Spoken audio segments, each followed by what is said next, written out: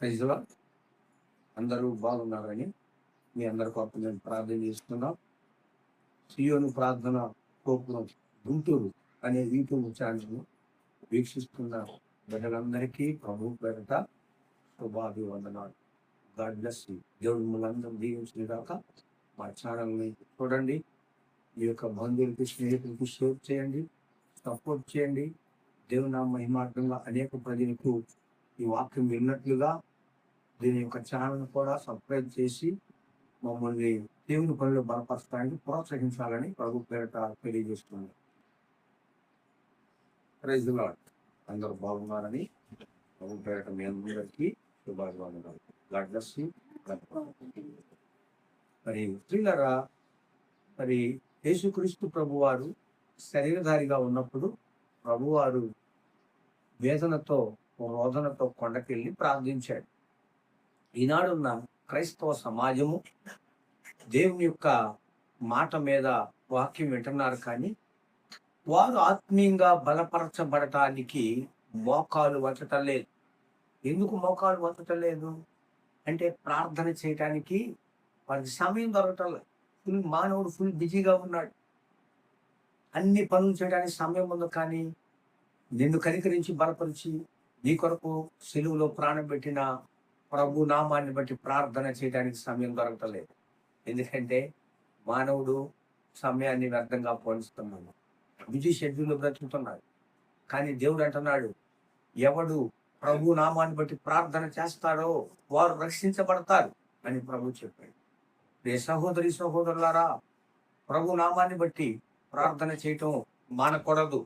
రోమపత్రికలో రాయబడి ఉంది. ఎందుకంటే 10వ అధ్యాయంలో ప్రభు నామాన్ని బట్టి ప్రార్థన చేయి వారందరూ కూడా రక్షించబడతారని రాయబడి ఉంది. ప్రభు నామాన్ని బట్టి మనం ప్రార్థన చేయాలి. ఎందుకంటే ప్రార్థించుట యందు మనము విసుకక నిత్యము ప్రార్థన చేయాలి. ప్రార్థన గొప్ప కార్యాలు చేస్తుంది కనుక ప్రభు నామాన్ని బట్టి ప్రార్థన చేయువారు ఖచ్చితంగా రక్షించబడతారని రోమపత్రిక 10వ అధ్యాయం 13వ వచనం రాయబడి ఉంది. ఎందుకంటే ఇక్కడ ఈ మాట మనం చదువుకుందాం. 10వ అధ్యాయము 13వ వచనం చదువుకుంటే, 10వ అధ్యాయములో ఖచ్చితంగా మనము 12-13 వచనాలు చదువుకుందాం. యూదుడని గ్రీక్ దేశస్థుడని భేదము లేదు. యూదుడని గ్రీక్ దేశస్థుడని భేదము లేదు. ఒక్క ప్రభువే అందరికీ ప్రభు అయి ఉండి తనకు ప్రార్థన చేయువారందరూ కృప చూపుటకు ఐశ్వర్యవంతుడై ఉన్నాడు. Praise the Lord. పిల్లరా, దేవుడు ఐశ్వర్యాన్ని ఇస్తాడు. ప్రార్థన మానవ జీవితంలో పరిస్థితులను మార్చివేసింది కనుక దేవుని బిడ్డలారా, ఈ యొక్క సమయమందు దేవుని వాక్యాన్ని వీక్షిస్తున్న ప్రభు బిడ్డలారా, మీ అందరికీ ప్రభు పేరట వందనాలు. God bless you. ఎందుకంటే ఎప్పుడైతే నువ్వు ప్రార్థన చేస్తావో దేవుడు నీకు అతి సమీపంగా దగ్గరగా ఉంటాడు. ప్రార్థన ద్వారా ఎన్నో మన పితరులు గొప్ప కార్యాలు చూచారు. నీ జీవితంలో నీవు కూడా గొప్ప కార్యాలు చూడాలని ఆశపడుతున్నావా? ఒకవేళ ఇప్పుడు వరకు బలమైన దేవుని కార్యాలు చూడలేక నిరుత్సాహమైన స్థితితో నీ ఉండి ఆత్మీయ జీవితంలో అణగారుతున్న నీ బ్రతుకులో ఈ దినమే ఇప్పుడే మోకరించి నువ్వు ప్రార్థన చేయగలిగితే పరిశుద్ధాత్మ దేవుడు, తండ్రి అయిన దేవుడు, కుమారుడైన యేసుక్రీస్తు ప్రభువారు నీ ప్రార్థన విని నీకు జవాబులను గ్రహించబోతున్నాడు. నీ జీవితంలో ఇప్పుడు వరకు ప్రార్థించి మేలు అనుభవించావో లేదో తెలియదు, కానీ ఇప్పుడే ఈ క్షణం నుంచే నువ్వు ప్రార్థన చేయట ప్రారంభించాలని ప్రభు పేరట నీకు ఒక అన్నగాను, ఒక దైవ సేవకుడిగా తెలియజేస్తున్నాడు. కృప చూపిన వారందరి ఎడలా, ప్రార్థించిన వారందరూ దేవుడు కృప చూపడానికి ఐశ్వర్యవంతుడై ఉన్నాడు. God bless you. ఐశ్వర్యవంతుడు. దేవుడికి తక్కువైంది ఏమీ లేదండి. మానవుడికి తక్కువగా ఉంది, కానీ దేవుని దగ్గర సమస్తం దాచబడింది. దాచబడిన దాన్ని మానవుడు పొందుకోవాలంటే మానవుడు దేవుణ్ణి బ్రతిమలాడుకునేవాడిగా ఉండాలి. Praise the Lord. దేవుణ్ణి బ్రతిమలాడుకోవాలి. ఇప్పుడు ఎవడు దీనుడై నలిగిన హృదయము గలవాడై నా మాట విని వణుకుచుండునో వాని మీద నాకు కనుదృష్టి వస్తా అని చెప్పాడు. మానవుని మీద దేవుని కనుదృష్టి ఉందా? నీ మీద, నీ కుటుంబం పైన దేవుని కనుదృష్టి ఉందా? నువ్వు చేసే పని దేవుని కనుదృష్టి ఉందా లేదా అని అనుకుంటున్నావా? నువ్వు ప్రార్థించట తగ్గించినప్పుడు దేవుని కన్ను నీ మీదకు రావట్లేదు. ఎవరు దీనుడై దేవునికి మొరపెడతారో దేవుడు వారి కొరకు ఎదురు చూస్తున్నాడు. కనుక దేవుని బిడ్డలారా, యేసుక్రీస్తు ప్రభువు కూడా ఆయన శరీరధారిగా ఈ లోకంలో ఉన్నప్పుడు 33.5 సంవత్సరాలు జీవించినప్పుడు ఆయన ప్రార్థించటం మానలేదండి. కానీ మనోళ్ళు విశ్వాసులు ఏం చేస్తున్నారంటే ప్రసంగాలకి విని సంతోషపడుతున్నారు. మంచిదే ప్రసంగాలు వినటం, కానీ నువ్వు మోకరించి ప్రార్థన చేసినప్పుడు ప్రభుకి నీకు సంబంధం కలిగి ఉంటావు. నువ్వు ప్రార్థించలేకపోతే దేవునికి నీకు సంబంధం ఏముంది? ప్రార్థన మనిషికి ఊపిరి లాంటిది. ప్రార్థన పరిస్థితులను మార్చివేసిద్ది. ప్రార్థన ద్వారా మన పితరులు ఎన్నో విజయాలు చూశారు. అందుకే యేసుక్రీస్తు ప్రభు వారు చెబుతున్నాడు ఇక్కడ ఏం మాట్లాడుతున్నా అంటే వాక్యం ద్వారా మనం ఒక్కసారి చూద్దామండి.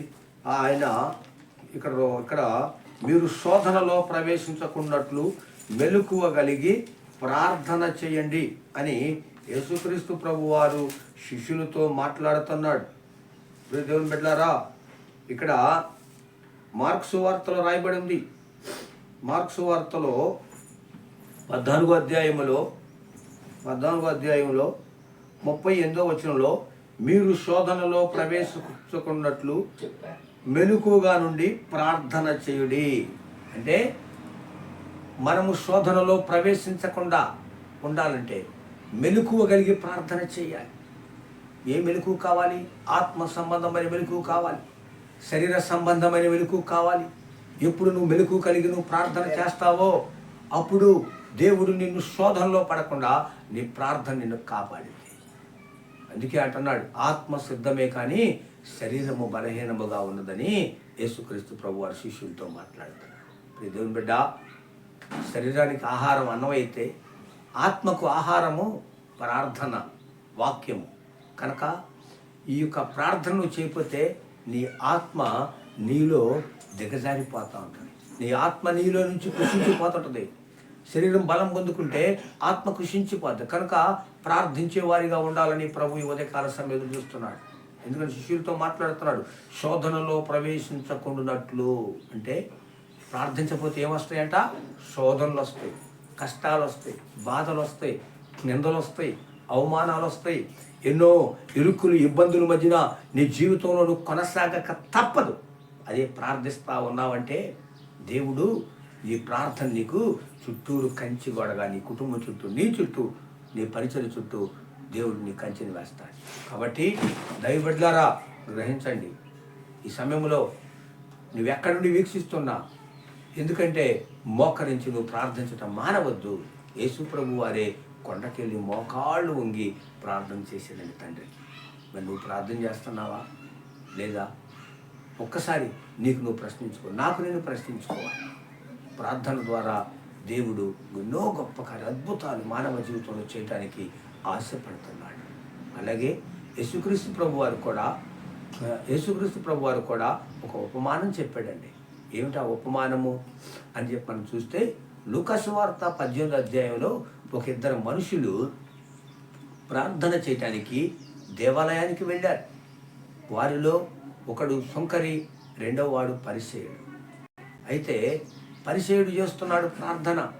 ఏమని ప్రార్థన చేస్తున్నాడు? అయ్యా, వారములకు 2 మార్లు ఉపవాసం ఉన్నాను, నా కష్టమంతట్లో 10వ భాగం ఇచ్చాను, నేను ఇదిగో నీకు కృతజ్ఞతాస్తుతులు చెల్లిస్తున్నాను, ఈ సుంకర వలె ఉండనందుకు నీకు కృతజ్ఞతాస్తుతులు అంటాడు. ఏదంటే సుంకరలు ఏముందంట? అన్యాయస్తుడు, చోరుడు, దొంగనై ఉండనందుకు నేను నీకు కృతజ్ఞతాస్తుతులు, నేనైతే ఉపవాసం ఉన్నాను. ఇక్కడ చూద్దాం, ఇక్కడ లూకా సువార్త 18వ అధ్యాయంలో యేసుక్రీస్తు ప్రభు వారు ఒక మనుషుడు విసుకక నిత్యము ప్రార్థన చేయుచుండవలెనని ఆయన వారితో ఈ ఉపమానము చెప్పాను. ఏమని చెప్పారు? ఉపమానం అంటే మానవుడు ఏం చేస్తున్నాడు? విసుగు చెందటమే కాకుండా మానవుడు ప్రార్థించటానికి కష్టమైపోతుంది. ఇక్కడ చూస్తున్నాడు, ఇక్కడ వారు విసుకక నిత్యము ప్రార్థన చేయుచుండవలెనని ఆయన వారితో ఈ ఉపమానము చెప్పాను. దేవునికి భయపడకయు మనుషుల్ని లక్ష్య పెట్టకుండా ఒక న్యాయాధిపతి ఒక పట్టణములో ఉండెను. ఆ పట్టణములో ఒక విధవరాలు ఉండెను. ఆమె అతని యొద్దకు వచ్చి, నాకు నా ప్రతి వారికి న్యాయము తీర్చమని అడిగాను. కానీ అతడు కొంతకాలము వప్పక జాలకపోయాను. తరువాత అతడు, నేను దేవునికి భయపడను, మనుషులకు లక్ష్య పెట్టకుండాను ఈ విధవరాలను తొందర పెట్టుచున్నది కనుక ఆమె మాటి మాటికి వచ్చి గోజాడకుండానట్లు ఆమెకు న్యాయము తీర్చునని తనలో తననుకుంది. ప్రభు ఎట్లన్ను, అన్యాయస్తుడైన న్యాయాధిపతి చెప్పిన మాట వినుడి. దేవుడు తాను ఏర్పరుచుకున్న వారి దివారాత్రం తన గురించి మర్ర పెట్టుచుండగా వారికి న్యాయము తీర్చడా. న్యాయం తీర్చడా, న్యాయం త్వరగా తీరుస్తాడు. పిల్లరా, ఇద్దరు వ్యక్తులు ఉన్నారు. ఇద్దరు వ్యక్తులు కొండకెళ్ళి ప్రార్థన చేశారు. ఇక్కడ అన్యాయస్తుడే న్యాయాధిపతి, దేవునికి భయపడ్డు, మనుషుల మాట లెక్క చేయడు. మానవ జీవితంలో కూడా మనుషులు కూడా దేవునికి భయపడతలేదు. నేటి దినాల్లో మనుషులు దేవునికి భయపడతలేదు, ప్రకృతికి భయపడుతున్నారు, ఎండకు భయపడుతున్నారు, వర్షానికి భయపడుతున్నారు, భూమి మీద జంతువులకు భయపడుతున్నారు.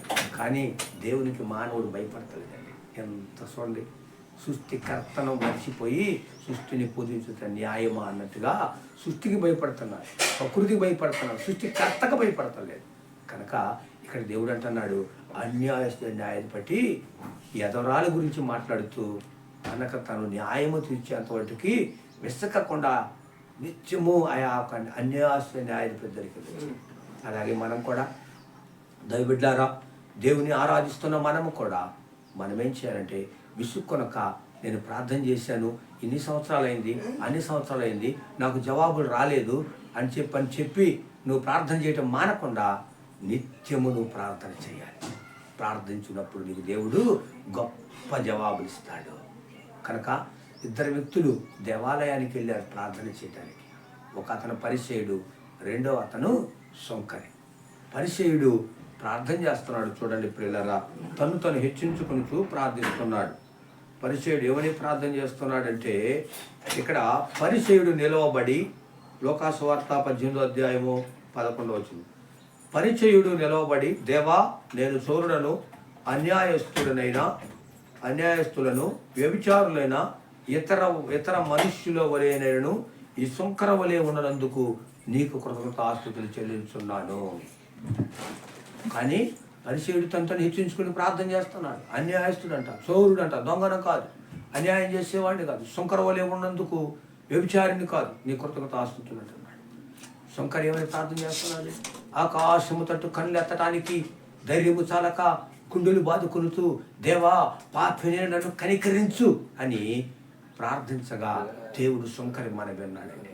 కాబట్టి ప్రియులారా, ఈ సమయంలో గమనించండి, ప్రభు మన ప్రార్థన వినాలి. ప్రభు మన ప్రార్థన వింటే మనకు జవాబిస్తాడు. ప్రభు మన విన్నప్పుడు దేవుడు మన దీవిస్తాడు. శంకరి ప్రార్థన విన్న దేవుడు పరిసయ్యుని ప్రార్థన వినలేదు. ఈనాడు నీవు కూడా శంకరలాగా హెచ్చించుకుంటూ ప్రార్థన చేస్తే నీకు ఫలితము దక్కదు. కాబట్టి తగ్గించుకుని ప్రార్థన చేస్తే ప్రభు నిన్ను, నీ కుటుంబాన్ని దేవుడు ఆశీర్వదిస్తాడు. కనుక దైవబిడ్డలారా, దేవుని ఆశీర్వాదం పొందుకుందాం. ప్రార్థన ద్వారా ఎన్నో గొప్ప విజయాలు మనం చూద్దాం. అట్టి కృప పరిశుద్ధాత్మ దేవుడు మీకు అందరికి అనుగ్రహించును గాక. ఆమేన్. God bless you.